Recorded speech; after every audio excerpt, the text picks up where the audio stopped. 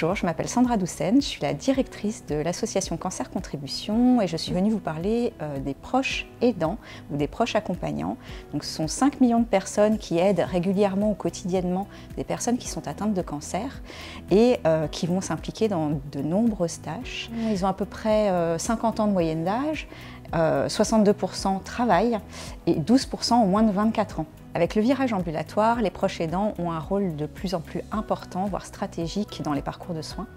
On s'aperçoit que 66% d'entre eux coordonnent aujourd'hui les rendez-vous médicaux, les acteurs libéraux et hospitaliers. 45% d'entre eux réalisent des soins, plus de 70% quand il y a une perte d'autonomie. Pourtant, 85% des aidants n'ont eu accès à aucune information, ni formation, ni éducation thérapeutique sur leur rôle, sur la coordination des soins, sur l'écosystème de santé et sur les aides qui peuvent les soutenir dans leur rôle. Nous organisons un colloque le 27 septembre qui réunira acteurs du sanitaire, du social et du médico-social, mais également associations de patients, patients et aidants, pour réfléchir ensemble et pour faire le point sur les différents rôles, la manière de les aider, les initiatives inspirantes qui peuvent être modélisantes pour les établissements hospitaliers. Et puis également, on discutera de la responsabilité de la délégation des soins aux proches.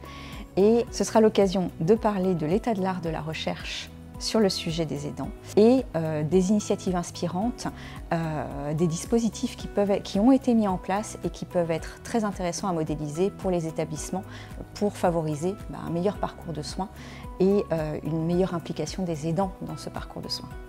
La journée sera construite autour d'ateliers d'intelligence collective où nous aborderons les préoccupations principales des aidants et nous serons orientés sur les solutions faciles à mettre en place dans l'activité quotidienne des soignants. Vous pouvez vous inscrire à ce colloque en présentiel ou en distanciel et nous serons ravis de travailler avec vous sur des propositions pour améliorer les pratiques et mieux soutenir les aidants.